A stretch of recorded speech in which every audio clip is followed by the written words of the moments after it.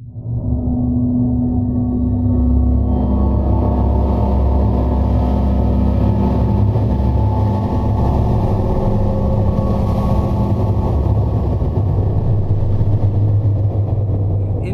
Intermediate Tarot, Part 3. We're still talking about movement. This will be the last video on movement.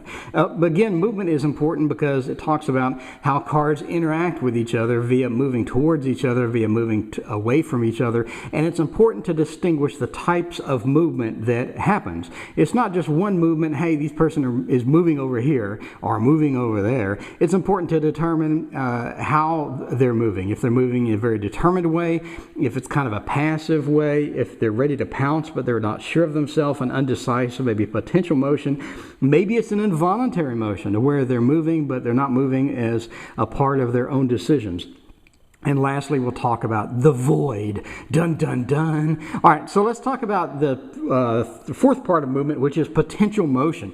Here we have a page, and he's looking over to this party going over here, and he looks like he's ready to pounce. I mean, potential motion is all about being ready to pounce, or about looking really intensely, being ready to move. So there's a difference between just kind of casually gazing over at another card and being ready to pounce. And here you can see he's got the whole lean going on. He's hanging over the edge. He's got a stick. I mean, this guy's ready to pole vault over that wall. But there is a wall there, because it could mean something like some barrier between him and fun. Maybe him and the relationship that he wants to be in, or him in the vocation that he wants to be in. There could be some barriers there represented by the wall. But you do see some very potential motion. He's happy. He's excited. He's looking over there. And this is the prime example. If you have one example of potential motion, this is it. He's ready to go. This is very important to understand how potential motion factors in stuff. Potential motion is not a motion. He's not moving towards this, but he's getting ready to. I mean, it's more of maybe an indecisiveness piece, maybe a barrier that's stopping him, represented by the wall. Maybe his indecisiveness is being represented by the wall. There's a lot of factors coming in here, but potential motion is motion. It's just not motion that's fully realized just yet. So now we have another potential motion here, to where you have a guy that he's kind of blocked off, and he's ready to get his ready to move into more of a battle stage. So maybe he's kind of holed up a little bit. He's trying to get away from all the conflicts and things like this, but he does have a potential motion back into the conflict arena. So maybe if you have a relationship reading here, and you had a lot of conflict with their boyfriend or girlfriend or whatever, and they're asking about, will I get back with this person or whatever? They do see the conflict here. They do want the conflict. He's staring over there. He's very intent on that. You can tell that this guy's about to bust these two swords down and run out of here, and then run over here into this conflict and help the other guy out. Here we have a potential motion. Now, this is different. This is a difference between staring over and, just kind of observing from his hole in the wall here, where he's protected by the ribbon and the swords and things like this, and the fighting. So this is going to depend on the question, the feel of the reading, but for most readings, I would consider this potential motion, not just an observation here, because it looks like he has been in a fighting situation. He has the swords here. He's used them to block himself off, maybe get a potential short, peaceful resolution of whatever's going on, but he wants to get back into the battle. You can see it in his eyes. And that's just my intuitive interpretation of these two cards as being potential motion. So you may have a totally different reading for this being potential motion, but this right here is the definitive dictionary of potential motion. This right here I consider to be potential motion. Maybe you don't. Now we have another case of potential motion. Here we have someone that has a barrier to the motion, or a barrier to something, but she's reaching out. She's trying to get a message, and over on the side over here is someone rebuilding. So it could be that she's reaching out to get the message to rebuild. It could be that she's reaching out to rebuild. She wants to rebuild, but she has this barrier of kind of a fence over here. She looks like she's ready to just kind of hop over it, or get the message and get good news and hop over, but she doesn't look like that she's going to stay within the confines of this very long. She's ready to go here. And again, we have it evidenced by leaning, kind of going over a big grin on her face like we have with this other guy here. So you have a situation where you have a high degree of interest in getting away from what you currently have and getting to something else.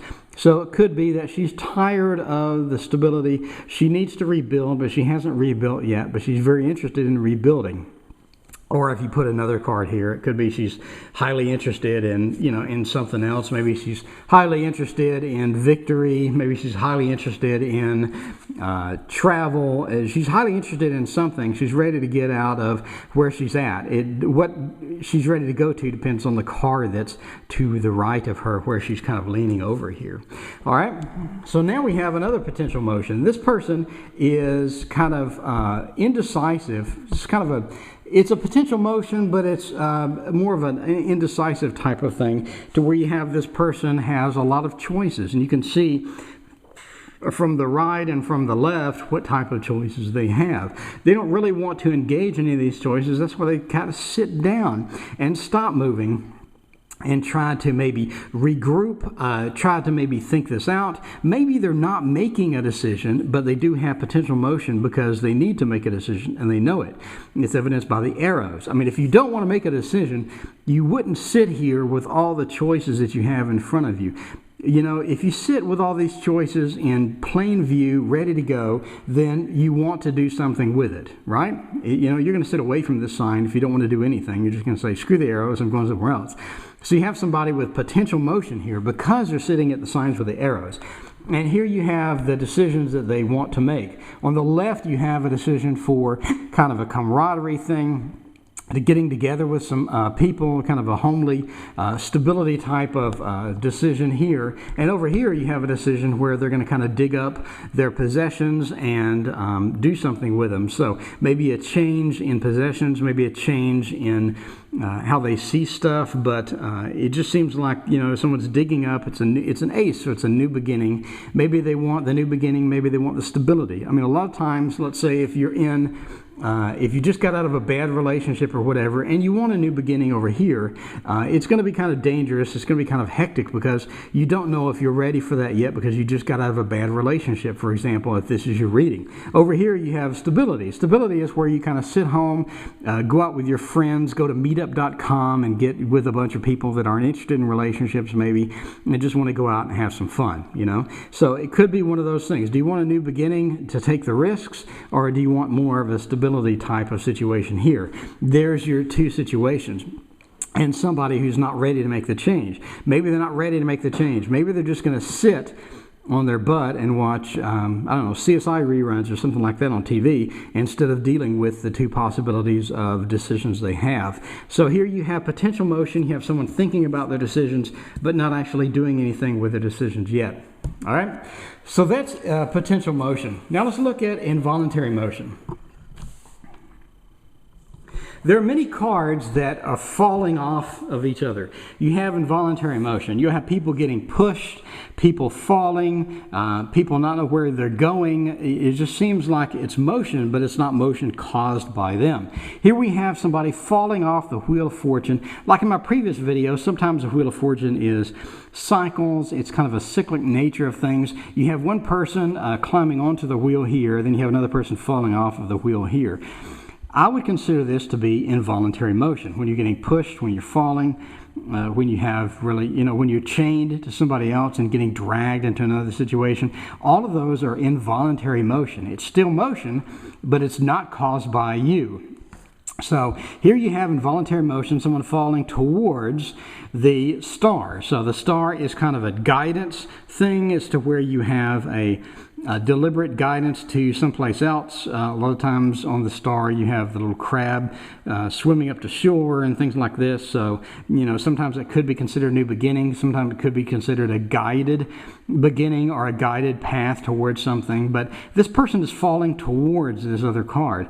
So the other card could be, anything you want. It could be in a reading, they're falling towards a rebuilding process. They're involuntarily being forced into a rebuilding process. Maybe they had a business that they enjoyed and the business collapsed and now they've fallen into a rebuilding process or something like this. So the whole thing is built upon involuntary motion towards something else. It's not something that they wanted. It's not something that they tried to get to. It's something they kind of fell into. A lot of times people fall into conflict, for example. So let's say we have the page here. So we have, maybe they've fallen into an immature conflict, immature being the page. You know, he's not exactly the biggest warrior in the world. He's kind of fighting off this straw thing. He's kind of learning to be combative. Maybe someone has fallen into a situation where that's how their relationships are going, or that's how work is going. It's something that they didn't want. It's involuntary motion towards something else. All right, so now let's talk about the last thing about motion, and then we'll stop with the motion stuff. The last thing about motion is the void. And the void is at the very end of a spread when you have no cards. All right, so now we have the very far right hand portion of the spread where we have an old lady walking away from, looks like a house, and looks like her whole life she's walking away from it into nothingness. There's nothing over to the right. This is what I call the void. That's the lack of cards. If someone is moving towards a place where there are no cards, that could mean several things. Let's list out some of them, and you can put in your own thing. That's the great thing about intuitive tarot. They're walking into the void. The void is a lack of cards. There's no cards over here. All right? Number one could be escaping. Maybe this person is escaping from a situation on the left here where you have a new beginning. They had the new beginning, maybe. The new beginning went kind of well, but they didn't fit in, so now they're escaping from it. So they're moving towards the void, or where nothing is. Could be a piece of escaping. The second thing it could be is a long journey. Maybe there's a long journey ahead of this person. They had a new beginning, but now they know at the end of the spread here, where no more cards are on the right, that this is going to be a long journey. This is going to be an epic thing. It's not going to be an easy process. It's not going to be something quick. It's going to be a very, very long journey. That could be, number two thing you have in going movement towards the void. The last thing, and again, put your own in here, man. I mean, make your own decisive readings. Feel free to post in the comments what else the void means. My number three thing that I use for the void is going the wrong direction. If they're going to where no cards are, they're going the wrong direction sometimes. And again, this is based on the reading, the person's question, how the other cards factor into this. It's all about card interactions. If they're going towards the void, they could be going in the wrong direction. You have a new beginning over here. They've made a mistake, and they're moving away from the new beginning. They're moving away from this stable family maybe thing. All these cups over here could be their old life. They're moving the wrong direction away from it. Maybe what they need to do is turn around and embrace the new beginning that you have here. Embrace the digging up of the coins, or the new thing they have going. Maybe they need to embrace the relationship that they have that they're ignoring and they're running away from. They're going the wrong direction sometimes. So again, the three things avoid means to me is escaping, taking a very long journey, or going the wrong direction. So keep those three in mind, and please add more. Add to the comment section down here. Feel free to do that. So that is part 3, and that's the final video I have on card interactions and movement based upon one card to the next.